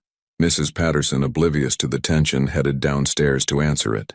Within minutes they could hear voices in the hallway, one belonging to their landlord, the other carrying the smooth authority Thorne knew all too well. "Mr. Whitaker is here to see his son," came Eldrick's voice through the thin walls. "I'll tell him you're here," Mrs. Patterson replied diplomatically, but Eldrick had never been one to wait for permission. His footsteps on the stairs announced his arrival before he appeared in their doorway, impeccably dressed as always, but with something wild in his eyes that Thorne had never seen before. "Quite a step down from your penthouse," Eldrick observed, taking in the modest apartment with obvious disdain, "though I suppose it's appropriate for your reduced circumstances." "What do you want?" Thorne asked, positioning himself between his father and the bedroom where Ivy had retreated with the children. "I want to show you something." Eldrick produced a tablet from his briefcase, swiping to a news article with the headline, "Whitaker Industries announces massive layoffs." Thorne's stomach dropped as he read the article. 800 employees terminated effective immediately. 3 regional offices closing. Stock prices plummeting. The Carmichael merger officially dead. "You did this," Eldrick said, his voice carrying a satisfaction that was deeply unsettling. "Your refusal to honor your commitments. Your emotional breakdown over a woman and some babies. This is the result. You're the one who chose to announce layoffs instead of restructuring," Thorne countered, though the guilt was already eating at him. "You're the one who let the company fail rather than adapt to changing markets. I'm the one who tried to save it through strategic alliance, while you chose to play house with your ex-wife." Eldrick stepped closer, and Thorne could smell expensive cologne mixed with something sharper. Desperation, maybe, or the beginning of genuine breakdown. "But this isn't over. It's not too late to fix this." From the bedroom came the sound of a baby crying, one of the twins waking from their nap. The sound seemed to trigger something in Eldrick, a flicker of humanity that was quickly suppressed. "New proposal," he continued. "You return to the company, marry Celeste as planned, and I'll reinstate every single employee who was laid off today. Full benefits, back pay, the works. And if I refuse, then 800 families lose their livelihoods permanently. The company goes under completely, and I make sure that everyone knows it was your selfishness that destroyed their lives." It was masterful manipulation, using Thorne's sense of responsibility as a weapon, making him choose between his family's happiness and the survival of hundreds of strangers who depended on paychecks they'd never receive. "You're insane," Ivy said from the bedroom doorway, their son in her arms. She'd heard enough of the conversation to understand what was happening. "You're holding innocent people hostage to force your son into a marriage he doesn't want." "I'm saving a company and preserving a legacy," Eldrick replied coolly. "Sometimes that requires difficult choices." "The only difficult choice here," Ivy said, stepping into the main room with remarkable courage, "is whether to call the police or a psychiatric facility." The insult hung in the air like a slap. Eldrick's composure finally cracked completely, revealing the desperate, controlling man underneath the polished exterior. "You," he said, pointing at Ivy with shaking finger, "have destroyed everything. My son had a future, a real future, before you trapped him with pregnancy and manipulated him with sentiment." "I trapped him," Ivy's voice rose. "I sent him a letter telling him about the pregnancy, which you intercepted and responded to with rejection. I raised his children alone for 7 months while believing he'd abandoned us." "Where exactly is the manipulation in that?" "The manipulation is in existing," Eldrick snarled, "in being the kind of woman who makes successful men forget their responsibilities." The naked hatred in his voice was shocking. This wasn't about business or legacy. This was about a man who'd never learned to love, watching his son choose love over everything he'd been taught to value. "Get out," Thorne said quietly. "I'm not finished. Get out!" The explosion of rage surprised everyone, including Thorne himself. "Get out of our home. Get out of our lives, and take your threats and manipulation with you. You're making a mistake that will destroy hundreds of lives," Eldrick warned. "You're the one who chose to make this personal instead of finding actual solutions," Thorne replied. "You're the one who would rather see the company burn than let it succeed without your control." For a moment, father and son stared at each other across an unbridgeable chasm. 35 years of relationship, complicated, damaged, but still a relationship, ending in this shabby apartment with nothing left but mutual destruction. "Don't come back," Thorne said finally. "Don't call. Don't send flowers. Don't drive by our building. If I see you near my family again, I'll file restraining orders and release those documents to every news outlet in the country." Eldrick gathered what remained of his dignity, straightening his tie and smoothing his hair with hands that trembled slightly. "You'll regret this," he said. "When you're struggling to pay rent on this hovel, when those babies need medical care you can't afford, when she gets tired of playing house with a man who gave up everything for a fantasy, you'll come crawling back." "Maybe," Thorne admitted. "But I'd rather struggle with people who love me than succeed with people who see me as a commodity." After Eldrick left, the apartment felt like the aftermath of a tornado. Ivy sat heavily in the rocking chair they'd placed by the window, their son still in her arms while their daughter began crying from the bedroom. 800 people, Thorne said, slumping against the wall. 800 families who needed those jobs. 800 people your father chose to fire rather than find ethical solutions, Ivy corrected. "This isn't your fault, Thorne. This is what manipulation looks like when it doesn't get its way. But what if he's right? What if I could have saved their jobs by going back? At what cost?" Ivy stood, moving to comfort their crying daughter. "Your sanity? Our children's chance at having a father who actually loves them? My ability to trust that you'll choose us when things get difficult?" She was right, but the guilt was overwhelming. Every rational part of Thorne's mind knew that his father's failures weren't his responsibility, but the emotional programming of 3 decades was harder to overcome. "There's something else," Ivy said quietly. "Something I need to tell you." Thorne looked up, dreading whatever new crisis was about to unfold. "I got a job offer yesterday. Marketing director for a sustainable fashion company in Manhattan. Good salary, flexible hours, the kind of work I actually care about." That's great," Thorne said, though he wasn't sure why she seemed hesitant about good news. "The thing is, they want me to start next month, which means childcare, commuting, less time with the babies during a critical development period. We'll figure it out," Thorne said immediately. "Nannies, daycare, whatever you need. Or," Ivy said carefully, "you could be their primary caregiver during the day. You're not working right now, you're amazing with them, and it would give you time to plan your new company without the pressure of immediate income." The suggestion was practical, but represented a complete reversal of traditional gender roles, something that would have been unthinkable in his father's world but felt perfectly natural in the life they were building together. "Are you asking me to be a stay-at-home dad?" "I'm asking if you want to be the parent who's home during the day while I'm the one who commutes to an office." Ivy's smile was tentative but genuine. "We don't have to follow anyone else's script, Thorne. We can build whatever kind of family works for us." The idea of spending his days with their children, of being present for every milestone his father's manipulation had already stolen from him, felt like a gift he didn't deserve. "What about your independence? Your need to prove you can succeed on your own?" "I proved that during the 7 months I raised them alone," Ivy said simply. "Now I want to prove that we can succeed together, as partners who support each other's dreams instead of competing with them." It was perhaps the most radical proposition either of them had ever considered, building a life based on what they actually wanted, rather than what society expected or what their families demanded. "There's one condition," Thorne said, "which is, we do this as equals. Shared financial responsibilities, shared domestic duties, shared decision-making about everything that affects our family." "And shared bedrooms?" Ivy asked, her voice carefully neutral. The question hung between them like a bridge neither was sure they were ready to cross. They'd been carefully maintaining physical and emotional distance for months, building trust through co-parenting without addressing the deeper questions about their relationship. "I don't know," Thorne admitted. "I know I love you. I know I want to build a life with you. But I also know that rushing back into romance before we've really healed might damage everything we're trying to build. So we take it slow," Ivy said. "Day by day, choice by choice, until we know for sure that we're choosing each other for the right reasons. And if we decide we're better as co-parents than as a couple, then we'll still have given our children the gift of parents who respect each other and work together." Ivy's voice carried a certainty that had been missing for months. "Either way, we win." As evening fell over their new home, they worked together to unpack boxes and settle the babies into their new environment. It was domestic, mundane, and absolutely perfect. The kind of ordinary evening Thorne had never imagined wanting, but now couldn't imagine living without. His phone rang as they were putting the children down for the night. Miranda Chen's name appeared on the screen. "The restraining order has been filed," she said without preamble. "Your father can't legally contact you or come within 100 yards of your residence. Also, the FBI is very interested in those documents we discussed. There's going to be a formal investigation." Thorne felt a mixture of relief and sadness.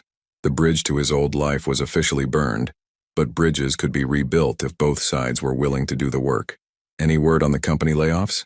Actually, yes. Apparently several employees are banding together to form a cooperative, trying to buy out certain divisions and run them as worker-owned enterprises. They're looking for investors who believe in ethical business practices. It was an unexpected development. Hope emerging from the ashes of his father's scorched earth tactics. "Send me their information," Thorne said. "I might be able to help."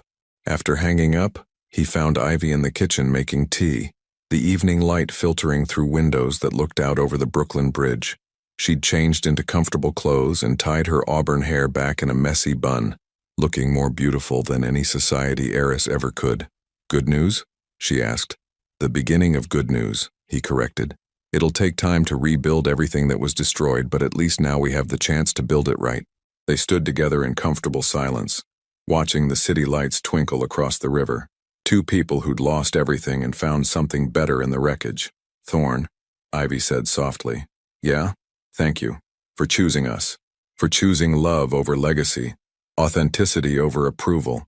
For becoming the man I always knew you could be. Thank you for giving me the chance to become that man," he replied. "For seeing the person I could be even when I couldn't see it myself." As they prepared for their first night in their new home, separate bedrooms but shared dreams, Thorne felt something he'd never experienced before.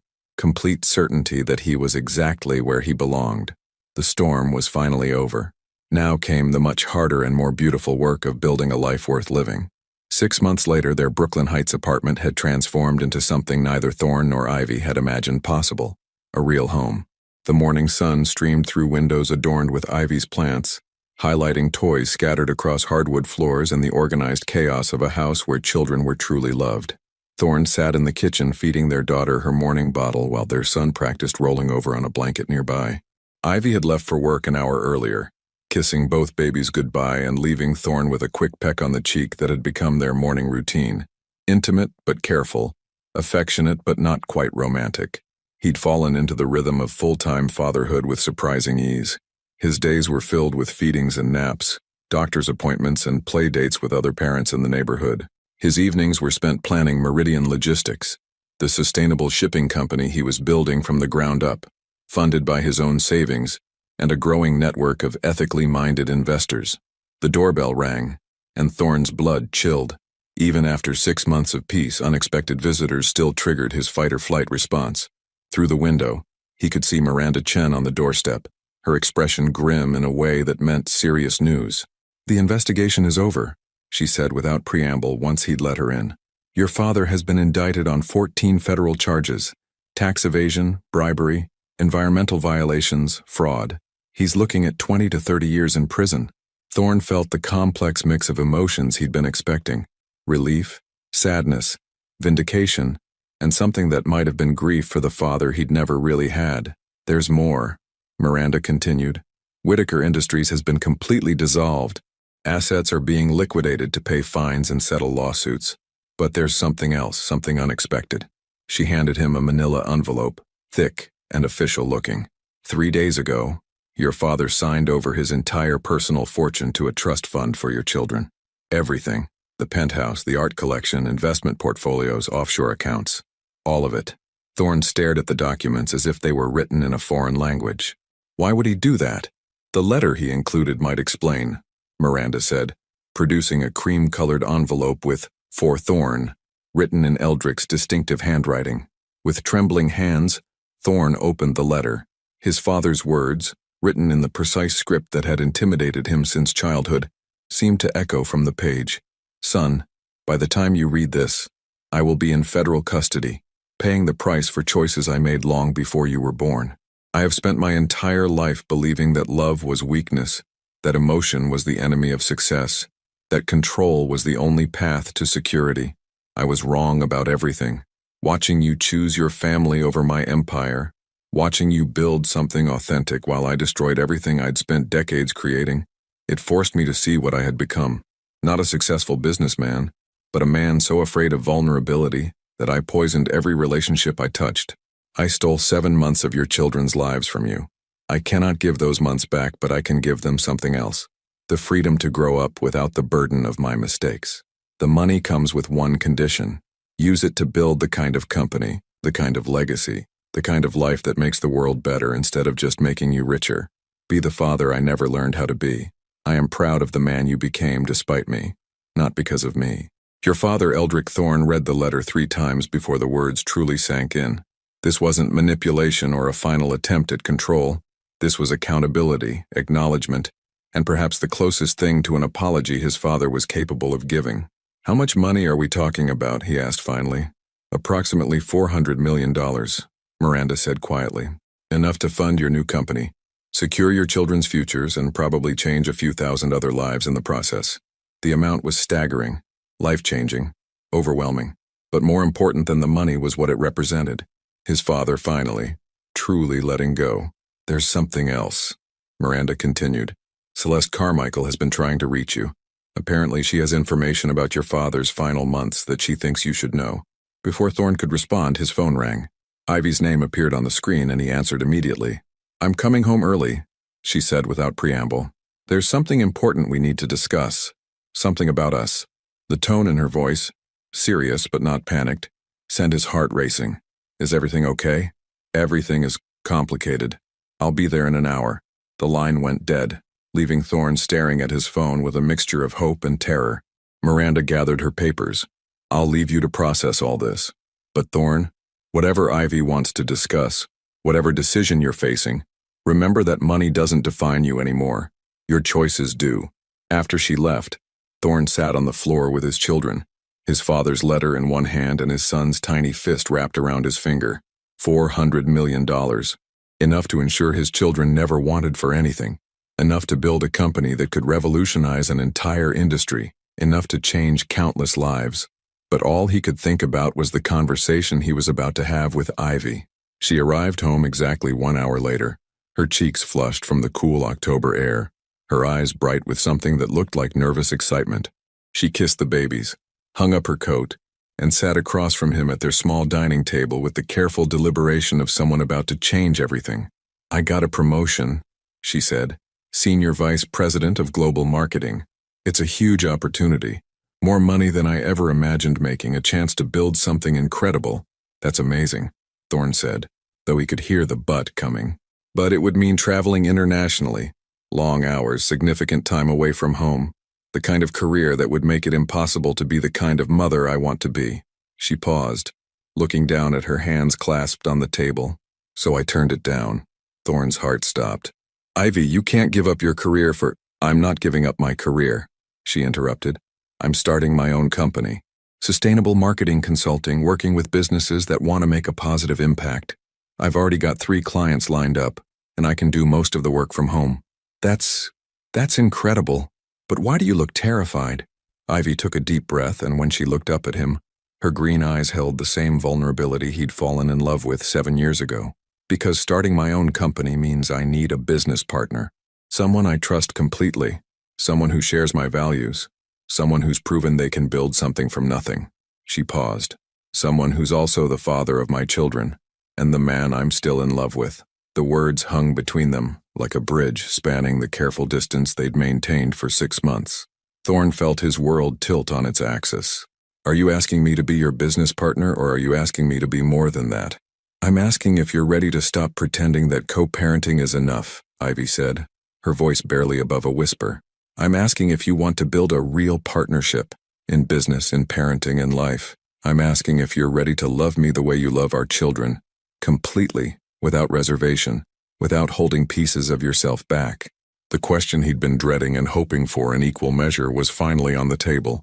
6 months of careful boundaries, of rebuilding trust one day at a time, of proving they could work together without falling back into old patterns. All of it had led to this moment. There's something I need to tell you first, Thorne said, and explained about his father's letter. The trust fund. The investigation's conclusion. Ivy listened without interruption, her expression shifting from surprise to understanding to something that looked like relief. So we're not just talking about a small consulting firm, she said when he finished. We're talking about building something that could change industries. We're talking about having the resources to do whatever we want, to build whatever kind of life we can imagine. And what do you want? Ivy asked. What kind of life do you imagine? Thorne looked around their apartment at the toys scattered across the floor, at photos of their children covering the refrigerator, at the woman who'd given him everything that truly mattered. The answer was so simple it took his breath away. I want this, he said. I want morning feedings and late-night diaper changes and arguments about whose turn it is to do laundry. I want to build a business with you that matters, that makes the world better. I want to marry you again. The right way this time because we choose each other every day instead of because it's expected or convenient. I want to wake up next to you every morning and fall asleep in your arms every night. I want to teach our children that love isn't weakness, that vulnerability is strength, that the most successful thing you can do is build a life that makes you genuinely happy. Ivy's eyes filled with tears, but she was smiling. Is that a proposal? She asked. It's a promise, Thorne said, reaching across the table to take her hands. A promise that if you'll have me, really have me, all of me, I'll spend the rest of my life proving that you made the right choice. The rest of your life is a long time, Ivy said softly. Not nearly long enough, he replied. When she kissed him, it was different from the careful pecks on the cheek they'd shared for months. This was the kiss of two people who'd found their way back to each other through loss and healing, who'd learned that real love wasn't about possession or control, but about choosing each other freely. Every single day. From the living room came the sound of their daughter babbling to herself, and their son's delighted giggle as he successfully rolled from back to stomach. The sounds of a family that had survived everything and emerged stronger. So, Ivy said when they finally broke apart. Partners? Partners, Thorne agreed. In everything. Outside their window, the Brooklyn Bridge stretched across the river toward Manhattan, connecting two worlds that had once seemed impossibly far apart.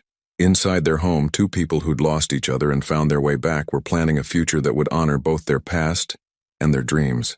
It wasn't the fairy tale ending either of them had imagined. It was better. It was real, earned through pain and choice and the daily work of building something worth keeping.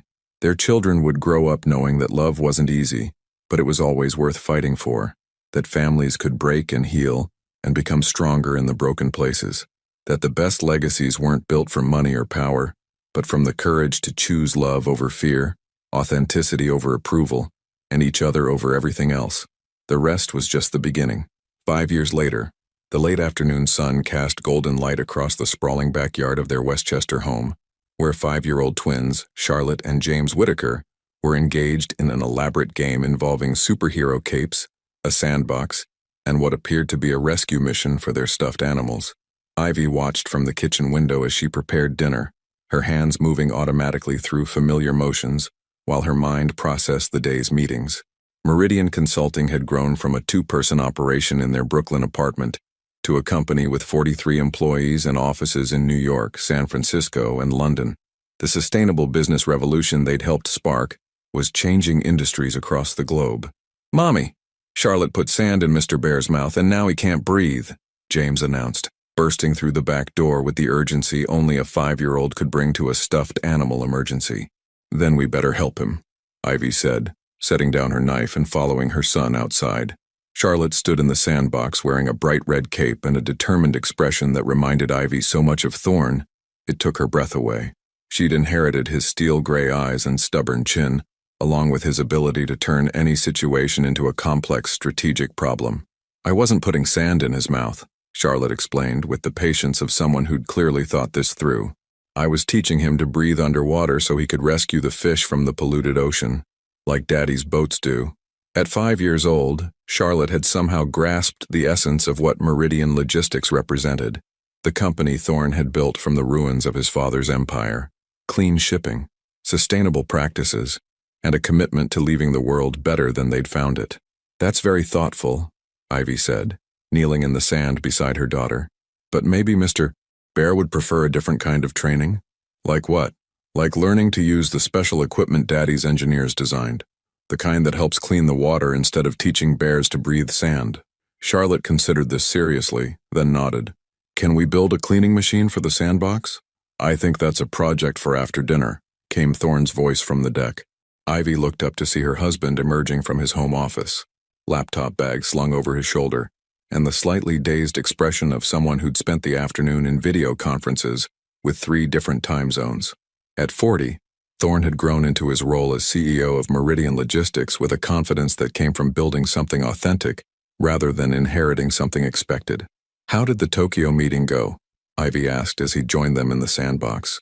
They want to partner with us on the new hydrogen fuel initiative. Apparently, our reputation for keeping promises has reached the Pacific Rim.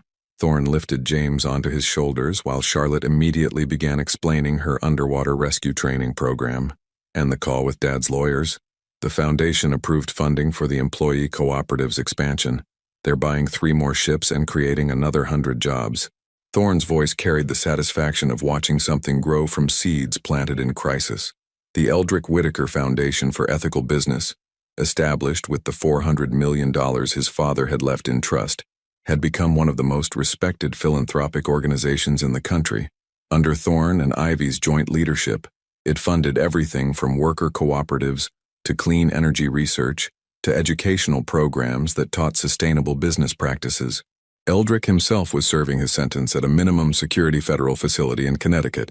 He'd been a model prisoner, spending his time teaching business courses to other inmates and writing letters to his grandchildren that Thorne and Ivy carefully reviewed before sharing. The man who'd once destroyed lives through manipulation was now trying to rebuild them through education and accountability. "Uncle Marcus is here," Charlotte announced, spotting the familiar figure of Marcus Webb climbing out of his car in the driveway. Marcus had been Thorne's college roommate and was now CFO of Meridian Logistics, one of the few people from Thorne's old life who'd supported his decision to start over. He was also James's godfather and Charlotte's self-appointed favorite adult after her parents. "Sorry I'm late," Marcus called, jogging across the yard with a gift bag in his hands. Traffic from the city was brutal. "You're just in time for the Sandbox Engineering Symposium," Ivy said, gesturing toward Charlotte's elaborate construction project. "Excellent. I brought supplies." Marcus produced 2 small hard hats from his bag, along with what appeared to be child-sized blueprints. "I thought we might design an actual water filtration system, for educational purposes." This was why their children adored him. Marcus took their ideas seriously and had the engineering background to help them build functional versions of their imaginative solutions. "Before we start construction," Ivy said, "how about we eat?" Maria made her famous lasagna. Maria Santos had officially retired from full-time nanny work, but still came to their house twice a week, ostensibly to help with the children, but really because she'd become part of their family. At 70, she was slowing down but showed no signs of losing her ability to manage chaos with gentle authority. As they gathered around the dining room table, a warm, scarred piece of oak that bore the marks of homework sessions and art projects, Ivy felt the familiar sense of gratitude that had become her default emotional state. This life they'd built wasn't perfect. They still had arguments about money and schedules and whose turn it was to handle bedtime stories. But it was real, chosen, and entirely their own. "Mommy," James said around a mouthful of lasagna, "when are you and Daddy going to have another baby?" The question, delivered with the casual curiosity of a 5-year-old, made both parents freeze. They'd been discussing it privately for months. The logistics, the timing, the question of whether their hearts and their house had room for more chaos and love. "Why do you ask?" Ivy said carefully. "Because Sarah at school has 3 babies at her house and she says 3 is better than 2, because then nobody gets left out." "That's interesting math," Thorne said, catching Ivy's eye across the table. "What do you think, Charlotte? Do you want more siblings?" Charlotte considered this with her characteristic seriousness. "Only if we can teach them about clean water and superhero rescue missions. I think any new siblings would be very lucky to learn from you 2, Ivy said diplomatically. Later that evening, after Marcus had helped design and build a surprisingly functional water filtration system in the sandbox, after the children had been bathed and read to and tucked into beds with their rescued stuffed animals, Thorne and Ivy sat on their deck watching stars appear over Westchester County. "So," Thorne said, reaching for her hand, "3 babies. Sarah's logic is pretty compelling," Ivy agreed. "Nobody gets left out." "Are we seriously considering this?" "I've been seriously considering it for months," Ivy admitted. Every time I watch you with them, every time I see how naturally you've grown into being their father, I find myself thinking about how lucky another child would be to have you as their dad, even though it would mean maternity leave during the London office opening, even though we'd have to completely reorganize the travel schedule and probably hire more help, even though all of that. Ivy turned to face him fully. We built this life to support what matters most to us. If what matters most expands, we'll figure out how to support that too. It was the same philosophy that had guided every major decision they'd made over the past 5 years. Lead with love, solve the logistics later. Trust that people who choose each other daily can figure out how to make anything work.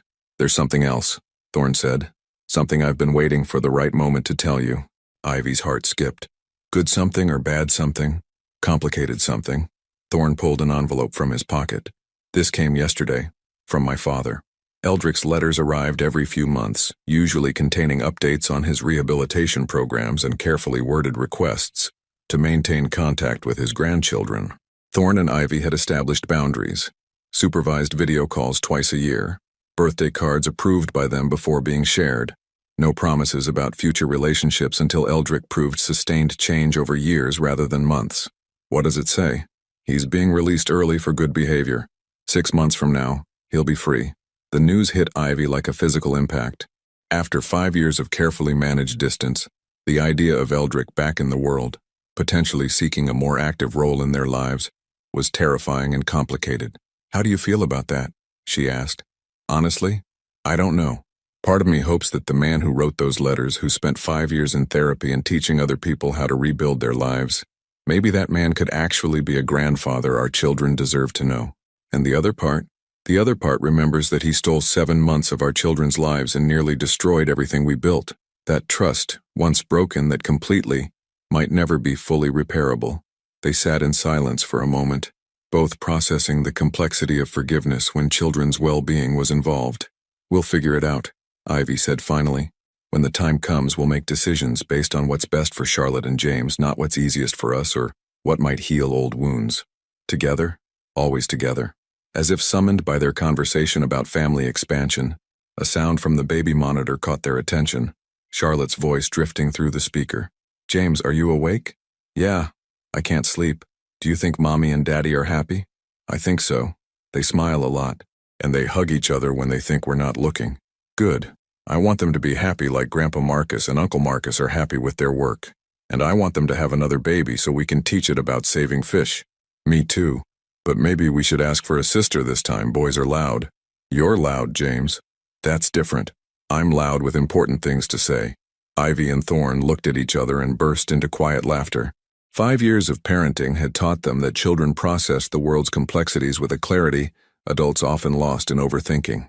I think our decision just got made for us, Thorne said. By a 5-year-old who wants to teach baby siblings about environmental conservation. By 2 5-year-olds who've grown up watching their parents choose love over fear, who think expanding our family is a natural extension of the happiness they see every day. Ivy leaned against his shoulder, feeling the solid warmth of the man who'd rebuilt himself from the ground up, to become worthy of the love she'd never stopped offering. One more question, she said. Boy or girl? Yes, Thorne said immediately. That's not how biology works. That's not how our family works either, he pointed out.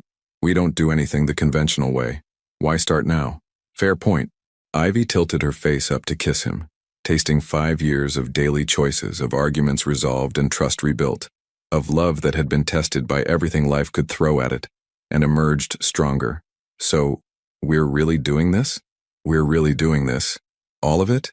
The baby? The expanded business? Dealing with your father's release? Teaching 3 children how to save the world?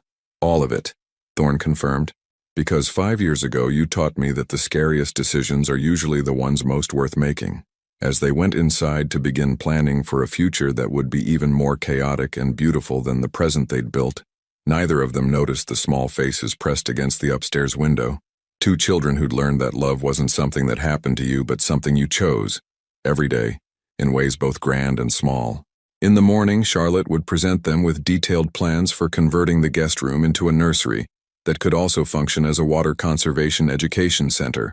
James would offer to give up his favorite stuffed bear, so the new baby would have something to love immediately. And Ivy and Thorne would realize once again, that the greatest success either of them had ever achieved was learning how to build a family that made everyone in it braver, kinder, and more authentically themselves. The broken places had become the strongest parts. The ending had become the beginning, and love, as it turned out, was always worth the risk. Your participation means a lot to the channel. Please share your thoughts in the comments. Would you have made the same choice to forgive and expand the family despite past betrayals? What do you think the future holds for Charlotte and James as they grow up in a family built on authentic love rather than obligation? Thank you for watching.